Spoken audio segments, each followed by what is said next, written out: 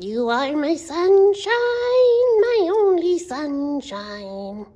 You make me happy when skies are gray. Oh, hi, library kiddos. This video is going to be full of random things and bloopers and deleted scenes. It won't make a lot of sense, but it'll probably be fun. And, well, you'll have to keep watching and see. Hello, kitty. Hello. Kitty, kiss. Kitty, kiss. Kiss. Oh, thank you. You're a nice kitty. Imagine your story. Well, I've had a lot of fun using my imagination, but I'm having trouble imagining my story. Have you ever asked big questions like, who made me? What am I here for? What's my purpose? Sometimes it helps to ask for help when you're asking those big questions. So, I'm going to go find my human handler. She was somewhere near books, she said.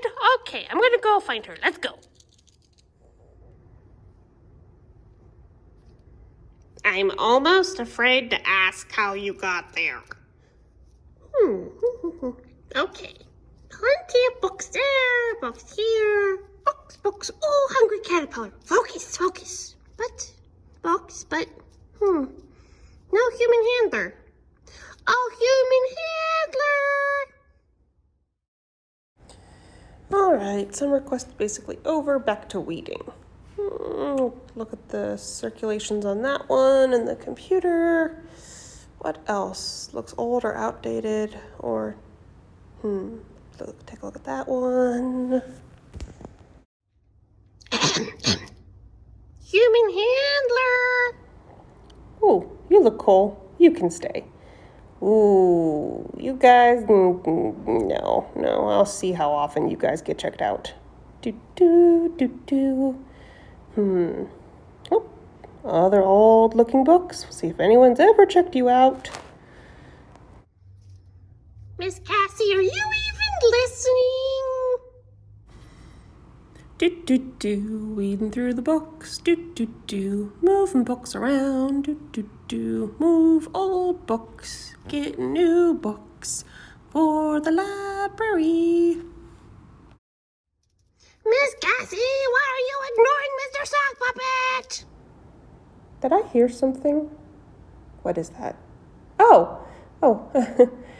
Hi, Mr. Sock Puppet. Sorry.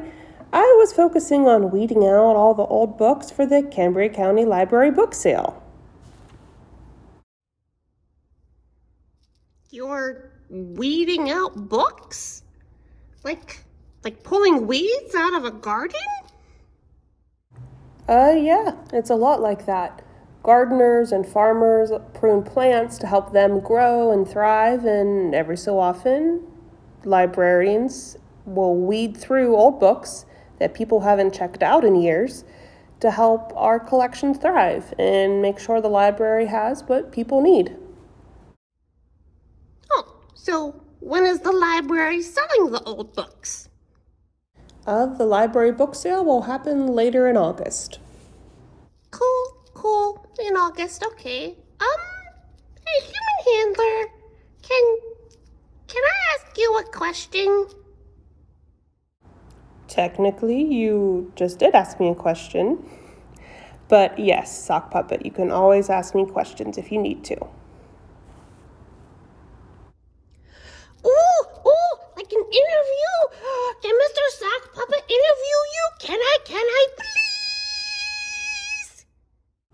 I guess that you can. What would you like to know? Why was I made? What am I here for? What is my quest? What is my favorite color? Wait, hold on a second. You want to ask me these big questions about yourself? Duh.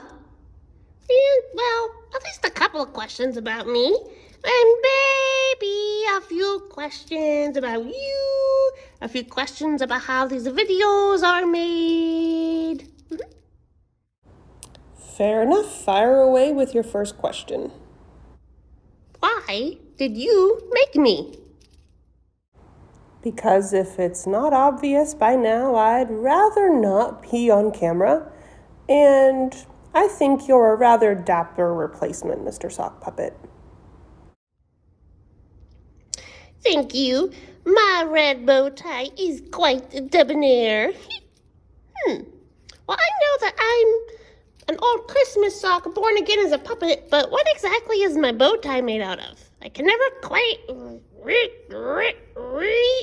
my own bow tie. It is a thin piece of red foam. And how did you come up with the idea of me, Mr. Sock Puppet? You're a sock puppet. So I just added the word Mr.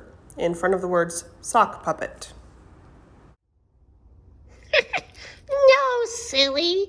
Not just my name, but like the whole idea of me. Well, before I ever worked at the library, before I ever went to grad school or even college, I used to put on puppet shows at places like church or community outreach events for kids.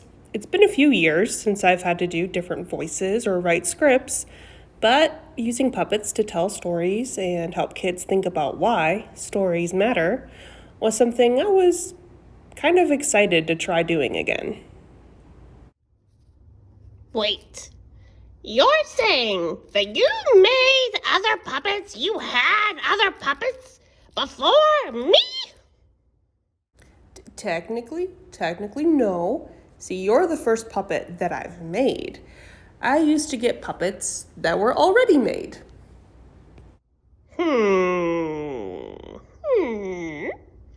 Okay, but why did you make me? Or I guess, how did you decide to make me instead of just buying another puppet? For you specifically, it started with the idea of what if Little Red Riding Hood was the villain of the fairy tale? And then I imagined what kind of puppet character would not only have that interpretation, but feel the need to convince other readers that was the right one. Yeah. Like, we don't even know Little Red Riding Hood's real name. We only know her nickname. That's super sketchy McSketchy. Thank you, Mr. Sock Puppet, for proving once again that you're like if Jim Henson decided to make a conspiracy theory YouTuber into a puppet character. You're welcome. So, what other influences inspired you to make the awesomeness that is me? Well, part of your intro every week is lovingly borrowed from the Game Theorists channel here on YouTube. Specifically, how Austin from the Science episodes introduces himself. But the biggest, or more accurately, the widest influence is probably the work of Phil Vischer. A couple years ago, I learned that before Phil Vischer ever had a podcast or a YouTube channel, or even before he worked with a friend to make the first ever computer animated movie, he had a puppet ministry. And it's pretty cool when you realize that you have an interest in common with someone that you really admire and respect in your field of work. Sounds like a cool dude. I think so, at least. If you want, you should go watch his puppet videos. They're probably my favorite puppet shows, ever. Yeah, and speaking of YouTube videos, how long does it take you to make these videos with me? It usually takes at least 3 days to make a Mr. Sock puppet video. 3 days? 3 days? To make a 15-minute video with a talking sock? Yep. It usually takes about a day or two to write the script, and film the different sections of it, and at least one day to edit the video, do any voiceover work that I have to add to it, and then upload the final version to YouTube. Wow.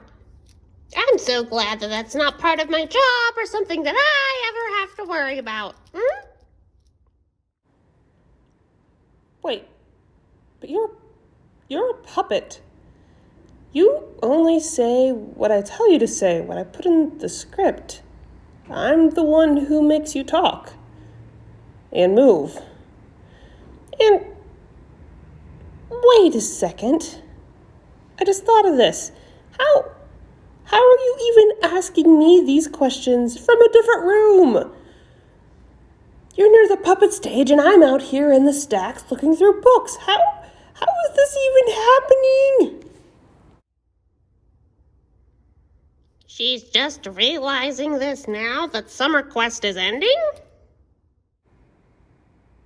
I never ever should have let that fairy godmother grant me a wish. What was I thinking?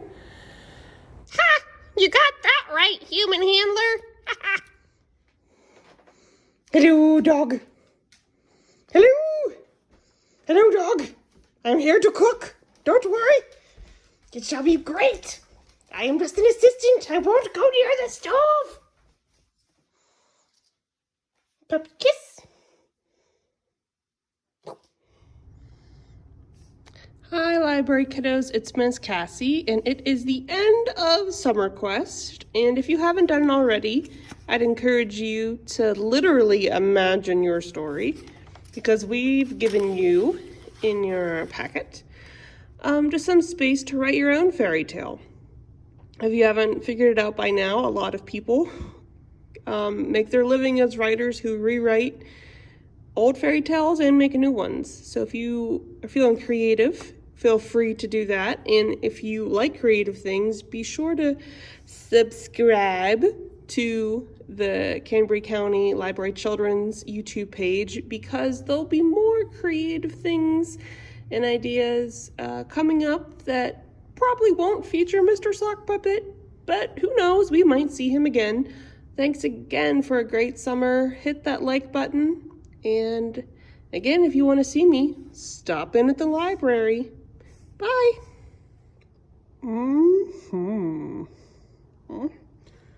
So what's a squirrel like you doing in a library like this? Oh, I'm sorry. I'll go back to work now.